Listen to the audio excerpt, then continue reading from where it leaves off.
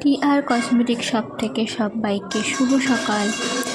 আজকে গায়ে হলুদের গয়নাটা অর্ডার ছিল, সেহেতু সব ঠিকঠাকভাবে প্যাকিং করে দিচ্ছি, না হলে এইভাবে দিয়ে দিলে এটা খুলে খালে চলে আসবে, যদি রিটার্ন আসে।